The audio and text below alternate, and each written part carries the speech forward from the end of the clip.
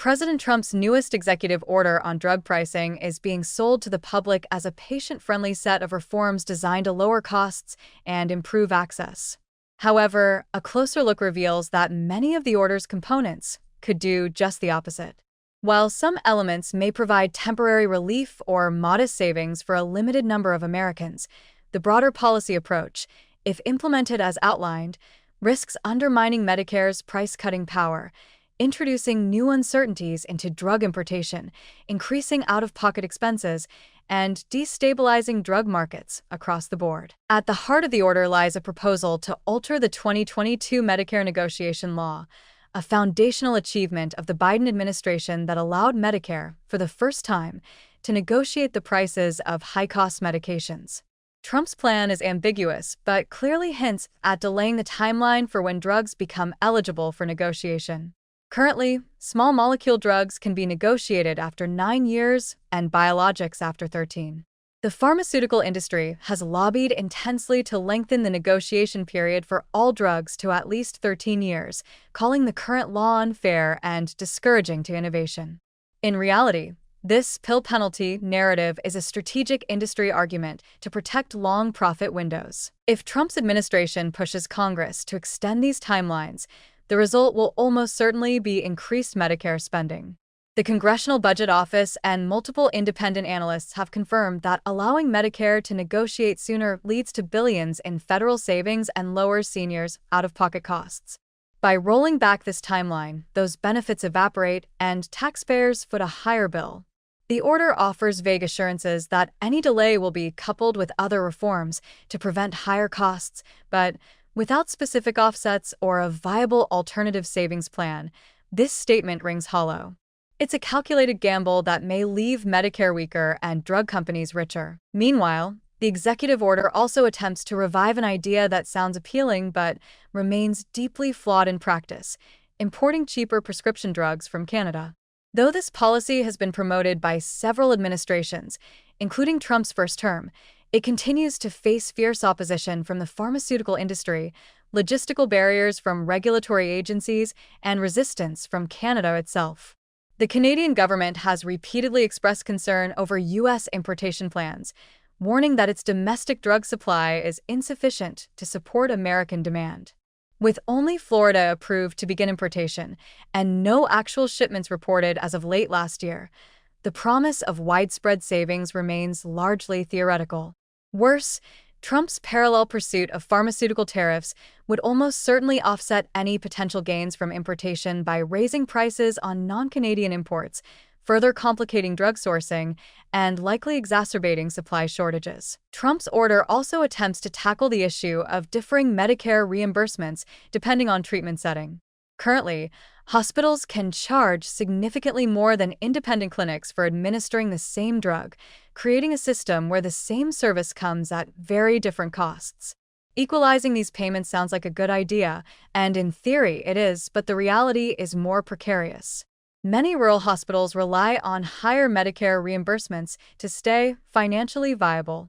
Flattening payments without providing supplemental support for these hospitals could result in service cuts or closures, disproportionately affecting patients in remote or underserved areas.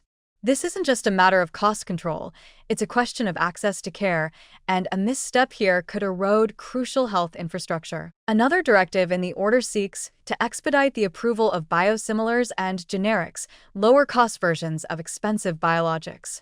This too sounds positive, but misses the core issue. Although dozens of biosimilars have been approved since 2015, they haven't meaningfully disrupted the market. Patent thickets, slow prescriber adoption, limited insurer coverage, and pharmacy benefit manager practices continue to prevent biosimilars from achieving significant penetration. Without addressing these deeper systemic barriers, streamlining FDA approval will have limited impact. The bottleneck isn't regulatory red tape.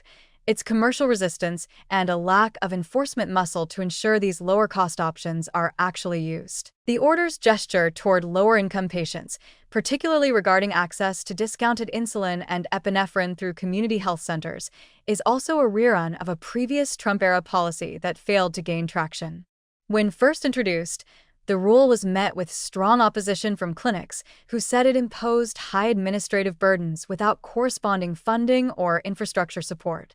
The Biden administration paused it for the same reason, reviving the proposal without addressing its operational flaws risks, making a symbolic move that again delivers little actual help to the people who need it most. Equally troubling is the broader context of Trump's approach to health policy, framed not only by the executive order itself, but by ongoing moves toward pharmaceutical tariffs and potential regulatory rollbacks.